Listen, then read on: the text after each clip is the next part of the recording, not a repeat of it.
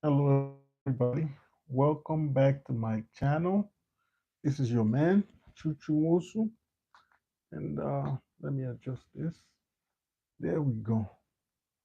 So, today I'm going to talk about, like the topic says, the importance of over delivering and exceeding expectations. Okay. The importance of delivering and exceeding expectations. The importance of over delivering on your promise and exceeding expectations in business is that your integrity is never in question. Your customers, your clients, whom are your boss, never get to fire you. I'll give you a quick story. I had a client. The client has been contacting me for the past 2 weeks to a month. I want to say about 4 weeks. And they trying to buy a Toyota Camry. This is a student, right? So there's a small community of Nigerian immigrants that come over here to go to school in Urbana Champaign. And when they come into the United States, they need cars, to go back and forth. Because if you know anything about Urbana Champaign, it's kind of a suburb. It's not a big city like Chicago. So public transportation and stuff like that is sparse. So these students need a car to move around from point A to point B, and at the same time, they need the car to do their little hustles, Uber Eats, delivery, and stuff like that. So this kid contacted me. Pretext: I've been buying cars for a bunch of these exchange students for a while. So he contacts me, and he was referred to me by somebody else. So obviously, based on that pretext, you could tell that I've delivered in the past, and because of that, they keep coming back. So they just don't come back because I'm Nigerian, but they come back because they know that I deliver, right? So based on that, so he came to me to get something, right? He came to me to get something that he knows that I could deliver on the minimum. I could meet his expectations. So he told me the car he wanted. I shopped around for it.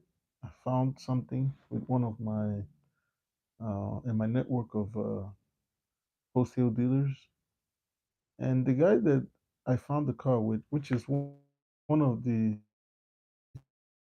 techniques that I teach, sell a car, a free car, without, how you could sell cars without, without owning any of it. So basically, he gave me one of his cars, and I sold it to my client. And when this happened, the guy, the other dealer presented me with this car, and I looked it over. I thought to myself, this car is in rough shape. This is not the kind of car that I would sell to my clients.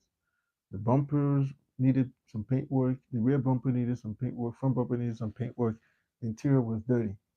But all in all, it was decent car, Had decent miles. It was decent year. It was what the guy wanted. But it wasn't in a condition that I thought, that I know that I'm known to deliver in. The condition of the car didn't meet my standards because on a more consistent basis, my standards exceed expectation. That's where I set that bar. So the guy shows up. Um, I have to admit, I was lazy on this one. I mean, I should have taken necessary action to get this car in good shape. All in all, I called my detail guy and told him, "Hey, can you do a quick detail on this car? Can you get it ready as soon as possible?" He said, "Yeah, bring it in the morning." But the problem was that the client was coming in the morning. So this is how my day started off. The client wakes me up at like before 7 a.m. in the morning, about six something. They had, you know, they had traveled down from Champaign, Illinois to pick up this car, and they had a class today at 2, 3. Anyways, they saw the car. Right away, they had complaints about how dirty the interior is, about the condition of the front and rear bumper. And remember, this is not my car. This is a car that I got for free from from a guy in my dealer network, and I was basically selling the car on his behalf. So he had a base price, and I added my profit, and that's how we're doing the deal, right? So the guys went ahead. I told them test drive the car. They shouldn't worry. That I'll see what I can do. So they went. They drove the car, and they came back. And after driving the car, they liked the car, but there were so many things that did not augur well with them. There were so many things that they saw because he came with a guy that previously bought a car from me. And the guy had explained to him that this car is usually not, it doesn't meet the standard that this guy usually delivers. So he brought it to my attention and I told him not to worry about it. That I understand that the car doesn't, represent, what I'm capable of delivering. But I assured him that I'm going to make a call right now and I'm going to call my detail guy and my detail guy will take care of any issue that he has with the car. So they proceeded to trust me on that. And remember, this is a new client brought on by word of mouth from a previous client. So we went to my detail guy, called him up. He said he'll be there by 8. This was about 7 something. We got there about 7:57. Just in a very business-like fashion, in a very timely manner. My detail guy showed up, and when he showed up, he proceeded to take the car in right away. And we went ahead to. I explained to him what I wanted done. I told him I needed the rear bumper done. I needed the front bumper done. I needed the full car detailed in a very spotless manner. So we proceeded to go register the car. So this guy used the technique to purchase this car, which is a technique that I'm going to talk about in another video of mine about how you could get access to money using credit unions and banks that are around college campuses, especially for the students who are trying to access funding. There's so much funding available to you students that it's just mind-boggling. But we're going to talk about that. So back to what I was back to the story, and we proceeded to go register the car. We went ahead, registered the car because I sold them the car all inclusive with registration. So we went ahead to register the car. I was going to go to my usual guys to do the registration, which would cost me 475, but I ended up just doing it as Secretary of State. And at the end of the day, total came out to about 306 plus 344. So that came out about 650, right? Yeah, no 640. Yeah, no 650. Okay, that came out to 650. Jeez, my math is rusty. So it came out to 650. And I did my math. I calculated. If I went to my usual guys, I would have 175 in my pocket. But I was like, well, at the end of the day, it doesn't matter because at this point, I'm doing everything within my power to make sure that I make the whole transaction as pleasant as possible for this client in order to exceed expectation, in order to over deliver. So we went to the Secretary of State. I paid for all the registration. So now, from the price of the car that was being, you now have to start subtracting all this money, right?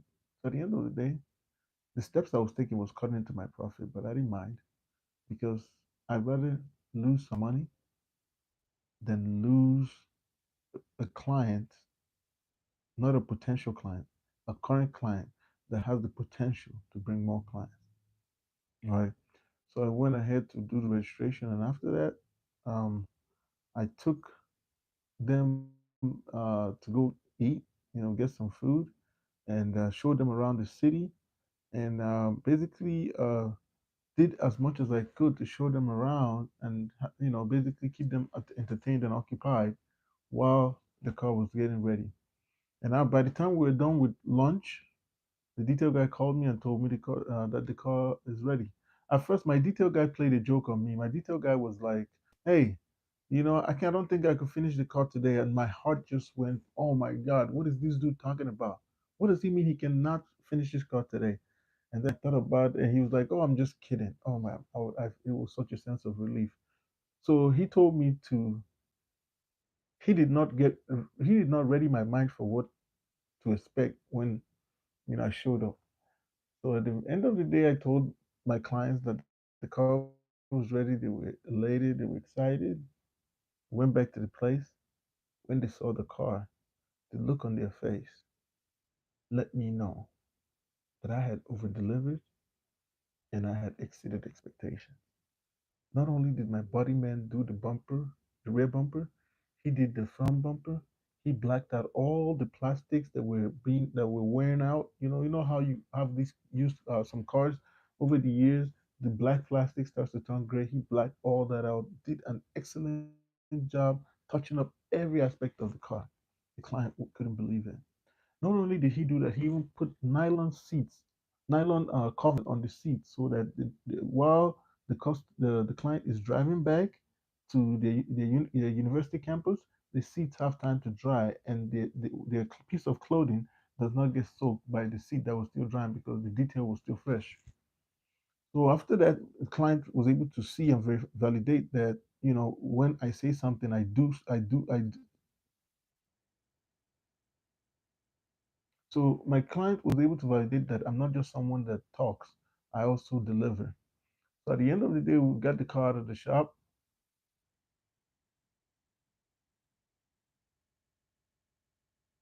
right? We got the car out of the shop, and then we proceeded to take it in. I told them, you know what, I'm a little bit concerned about the oil, that I'd rather just change the oil for them so that they have a fresh gold, golden looking oil in the engine of the car. So right there from the detail shop, I took them to the service center that we have, and then they went into the service center. At the service center, I was able to check all tire pressures. I was able to change the oil. I was able to top off all fluids. I was able to do any other inspection and oil ball joints and loose bolts and stuff like that. And at the end of the day, not a dollar came out of the client's pocket. They were very happy. They were very excited. He paid me. I bid him farewell, and they were very happy to go. And you know what the client told me at the end of all this? He looked at me and told me, I trust your judgment. These are the kind of outcomes you want when you're out here doing business with people. You just don't want to deliver, you just don't want to meet expectations. You want to exceed them.